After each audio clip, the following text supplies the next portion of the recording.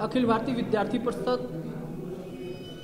का प्रेस वार्ता बुलाने का आज मुख्य उद्देश्य ये है कि अखिल भारतीय विद्यार्थी परिषद बीते हुए 25-26 दिसंबर 2020 में अखिल भारतीय विद्यार्थी परिषद का 66वां राष्ट्रीय अधिवेशन नागपुर के डॉक्टर हेडगेवार स्मृति मंदिर रेशमा बाग में आयोजित हुआ है, जिसमें अखिल भारतीय विद्यार्थी परिषद के राष्ट्रीय और केंद्रीय टीम के अधिकारी रहते हैं और उनके द्वारा जो सामाजिक और शैक्षिक विषयों, छात्रों को विषयों को लेकर के, विश्वविद्यालयों के विषयों को लेकर के प्रस्ताव पारित किए जाते हैं।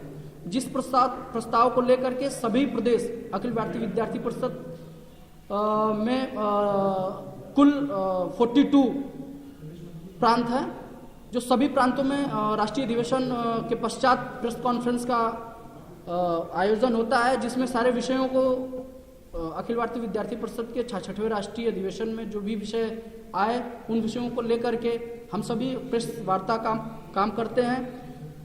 जो हम सभी के सामने प्रस्ताव हैं, 4 प्रस्ताव इस बार 66वें राष्ट्रीय अधिवेशन में पारित किए गए हैं विद्यार्थी परिषद की तरफ से। ये प्रत्येक वर्ष जो अपना राष्ट्रीय अधिवेशन होता है उसमें हर वर्ष अलग अलग प्रस्ताव पारित किए जाते हैं, जिन प्रस्तावों को लेकर के विद्यार्थी परिषद आने वाले समय में काम करता है, छात्रों के बीच में जाता है। और इस बार का ये अधिवेशन इसलिए मुख्य रहा क्योंकि ये कोविड-19 के वैश्विक महामारी के चलते हुए कार्यकाल में हुआ है, लेकिन सारी चीज़ों को ध्यान में रखते हुए, सरकार की गाइडलाइन का पालन करते हुए अखिल भारतीय विद्यार्थी परिषद बहुत ही छोटा राष्ट्रीय अधिवेशन इस बार आयोजित हुआ है, जो क्योंकि केवल 200 संख्या का था। लेकिन इसमें ऑनलाइन के माध्यम से ऑनलाइन व्यवस्था किया गया था विद्यार्थी परिषद की तरफ से, जिसमें 1,30,000 छात्र, कार्यकर्ता, प्राध्यापक और छात्राएं जुड़ी हुई थी, जो कि ये मतलब अब तक का 70 सालों के कार्यकाल में अब तक का सबसे बड़ा राष्ट्रीय अधिवेशन और सबसे छोटा राष्ट्रीय अधिवेशन भी इसको कह सकते हैं हम।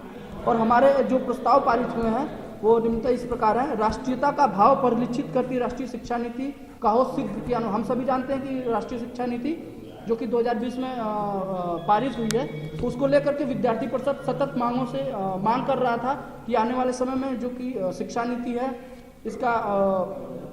इसमें बहुत सी ऐसी चीज़ें थी जो कि विद्यार्थियों के पढ़ने के बाद उनके आने वाले समय में उसको दिशा निर्देशित नहीं कर पा रहे थे। उस चीज़ों में बदलाव किए गए हैं और राष्ट्रीय शिक्षा नीति का अखिल भारतीय विद्यार्थी परिषद स्वागत करती है। और ये विद्यार्थियों के लिए बहुत ही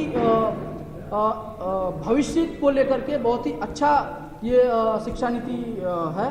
और दूसरा प्रस्ताव हम सभी का है राष्ट्रीय परिदृश्य, जो कि भारत आज अपने प्राचीन अस्तित्व को लेकर के पुनः फिर से आगे बढ़ चुका है, जो कि विश्व में सभी देख रहे हैं कि भारत किस प्रकार से, किस तेजी के साथ से अपने ग्राफ को आगे बढ़ा रहा है। तीसरा हम सभी का प्रस्ताव है आत्मनिर्भरता से समृद्धि की ओर अग्रसर भारत। आत्मनिर्भर भारत, भारत एक बुनियादी स्वभाव और आधार पर आधारित भारत की आत्मा को आधार पर जो किया जाए वो आत्मनिर्भरता होता है। हम सभी देख रहे हैं कि युवा आज इस समय स्वयं की चीज़ों को लेकर के किस प्रकार से इस समाज और इस क्षेत्र में काम करने का काम कर रहे हैं। चौथा हम सभी का विचार प्रस्ताव, जो प्रस्ताव पारित हुआ है वो विशिष्ट संस्कृति व जीवन पद्धति के द्वारा कोरोना महामारी से विजय पाता भारत। ये हमारे 4 प्रस्ताव पारित हुए हैं इस बार राष्ट्रीय अधिवेशन में। छात्रों की बात कर रहे हैं, छात्रवृत्ति नहीं आया है, छात्र लगातार विरोध कर रहे हैं, कैंपेन चलाए हैं, कब तक इनकी छात्रवृत्ति आएगी? बिल्कुल, छात्र जो कैंपेन चलाए हैं और अखिल भारतीय विद्यार्थी परिषद ने भी कैंपेन चलाया है, जो कि छात्रवृत्ति जिन छात्रों का नहीं आया है उसके लिए विद्यार्थी परिषद सतत मांग उत्तर प्रदेश सरकार से कर रही है। आने वाले समय में मांग करते हुए विद्यार्थी परिषद ने मांग किया था कि छात्रवृत्ति की डेट बढ़ाई जाए और उत्तर प्रदेश सरकार ने इस डेट को आगे बढ़ाया भी है, आपको संज्ञान में होगा। ये विद्यार्थी परिषद की मांग थी और आने वाले भी समय में छात्रों की जो भी समस्या होंगी उसको लेकर के राज्यसभा भवन से लेकर के राज्यपाल भवन से लेकर के और रोड तक पे उतरने का काम विद्यार्थी परिषद करेगी। छात्रों के साथ कोई भी बर्ताव हो, विद्यार्थी परिषद गलत बर्ताव होगा, विद्यार्थी परिषद बर्दाश्त नहीं करे, चाहे वो किसी की भी सरकार हो। तो बनारस में प्रेस कॉन्फ्रेंस करने का क्या उद्देश्य था? बनारस में प्रेस कॉन्फ्रेंस करने का ये उद्देश्य था कि जो हम लोगों का राष्ट्रीय अधिवेशन होता है उसके बाद हम सभी प्रांत अपने अपने प्रांत केंद्रों पे, अखिल भारतीय विद्यार्थी परिषद काशी प्रांत का ये प्रांत केंद्र है, इस नाते बनारस में प्रेस कॉन्फ्रेंस हम सभी किए हैं। आने वाले समय में भी जैसे 66वां राष्ट्रीय अधिवेशन ये था, आने वाले समय में 67वां राष्ट्रीय अधिवेशन होगा, उसके बाद भी हम प्रेस कॉन्फ्रेंस यहाँ पे करेंगे। शुभम कुमार सेठ, प्रदेश सह मंत्री, अखिल भारतीय विद्यार्थी परिषद। आज किस लिए प्रेस वार्ता बुलाया गया है, क्या? सर्वप्रथम आप सभी को प्रणाम, और हम सभी को गर्व की अनुभूति होती है कि हम लोग विश्व के सबसे बड़े छात्र संगठन अखिल भारतीय विद्यार्थी परिषद से जुड़े हैं। आज अखिल भारतीय विद्यार्थी परिषद केंद्र के दिशा निर्देश पर राष्ट्रीय अधिवेशन के तत्पश्चात आज काशी प्रांत के द्वारा प्रेस कॉन्फ्रेंस का आयोजन किया गया है, जिसमें प्रमुख रूप से हमारे प्रदेश मंत्री सुधांशु जी, अपने काशी महानगर के नगर मंत्री गुरज्ञानेन जी हैं। अखिल भारतीय विद्यार्थी परिषद द्वारा हर वर्ष राष्ट्रीय अधिवेशन का आयोजन किया जाता है।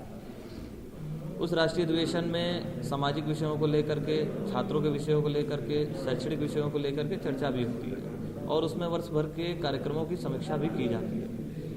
लेकिन अखिल भारतीय विद्यार्थी परिषद द्वारा इस बार जो राष्ट्रीय अधिवेशन नागपुर संघ कार्यालय पर आयोजित किया गया, उसमें राष्ट्रव्यापी संकट कोरोना को देखते हुए इस बार एक सीमित संख्या में इस कार्यक्रम का आयोजन किया गया, और उसमें अपने संगठन के सारे अधिकारी सम्मिलित भी हुए, और आगामी जो भी कार्यक्रम संगठन के द्वारा होने हैं उसकी योजना बनाई गई है।